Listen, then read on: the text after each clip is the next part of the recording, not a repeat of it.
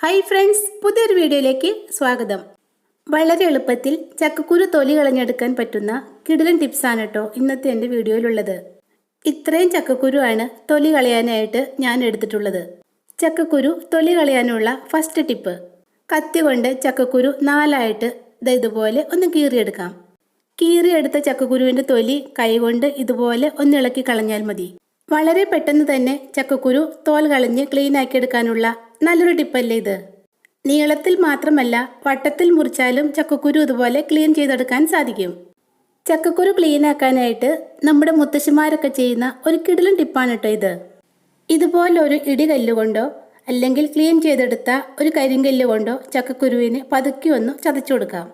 അതിനുശേഷം കൈകൊണ്ട് തോല് പൊളിച്ച് കളഞ്ഞ് വൃത്തിയാക്കിയെടുക്കാം. കുറച്ചധികം ചക്കക്കുരു നിരത്തി വെച്ചതിന് ശേഷം ഇങ്ങനെ ചതച്ചു കൊടുത്താൽ വളരെ പെട്ടെന്ന് തന്നെ തൊലി കളഞ്ഞ് വൃത്തിയാക്കിയെടുക്കാൻ സാധിക്കും. ചക്കക്കുരു തൊലി കളയാനുള്ള മൂന്നാമത്തെ ടിപ്പ്, തൊലി കളയാൻ ആവശ്യമായ ചക്കക്കുരു ഒരു ചുവട് കട്ടിയുള്ള പാത്രത്തിലേക്ക് ഇട്ടതിന് ശേഷം സ്റ്റവിൽ വെച്ച് ഒന്ന് ചൂടാക്കിയെടുക്കാം. പിന്നെ അധികം നേരം ഒന്നും ചൂടാക്കണ്ട കേട്ടോ, ഹൈ ഫ്ലെയിമിലിട്ട് ഒരൊറ്റ മിനിറ്റ് ചൂടാക്കിയെടുത്താൽ മതി. ഞാനിപ്പോൾ ചക്കക്കുരു നന്നായിട്ട് ചൂടാക്കിയെടുത്തിട്ടുണ്ട്. ഇനി ഇതൊന്ന് തണുക്കാനായിട്ട് മാറ്റിവെക്കാം. ചക്കക്കുരുവിൻ്റെ പുറമേ ഉള്ള ആ കരിന്തൊലി മാത്രം കളഞ്ഞാൽ മതി കേട്ടോ. വളരെയേറെ പോഷകങ്ങളും ഫൈബറും നിറഞ്ഞ ആ ബ്രൗൺ തൊലി കളയാതിരിക്കുന്നതാണ് നല്ലത്. നമ്മുടെ ചക്കക്കുരു നന്നായിട്ട് തണുത്ത് വന്നിട്ടുണ്ട്. ഇനി ഇത് തൊലി കളഞ്ഞെടുക്കാം. കത്തി ഒന്നും വേണ്ട കേട്ടോ ഇതിൻ്റെ തൊലി കളയാനായിട്ട്. ഇതുപോലെ ഒരു ഫോർക്ക് മാത്രം മതി. ഇങ്ങനെ ചെയ്യുവാണെങ്കിൽ വളരെ പെട്ടെന്ന് തന്നെ കൂടുതൽ ചക്കക്കുരു തൊലി കളഞ്ഞെടുക്കാൻ സാധിക്കും. നല്ല എളുപ്പമുള്ള ഒരു ടിപ്പല്ലേ ഇത്. ഒരൊറ്റ മിനിറ്റ് മാത്രമേ നമ്മൾ ചക്കക്കുരു ചൂടാക്കുന്നുള്ളൂ, അതുകൊണ്ട് അത് വെന്ത് പോകുമൊന്നുമില്ല കേട്ടോ.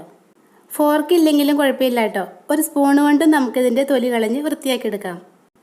ഇതുപോലെ വെറുതെ കൈകൊണ്ട് പൊളിച്ചാലും ഇതിൻ്റെ തൊണ്ട് ഇളകിപ്പോരും.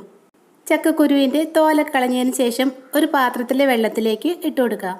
ഇനി ഇതിൻ്റെ ബ്രൗൺ തൊലി കളയണമെന്നുണ്ടെങ്കിൽ വെള്ളത്തിലിട്ട് കൈകൊണ്ട് നന്നായിട്ടൊന്ന് ഞെരടിയാൽ മതി. ഞാൻ ഇതിൻ്റെ ബ്രൗൺ തൊലിയൊന്നും കളയാതെയാണ് കറി വയ്ക്കുന്നത്.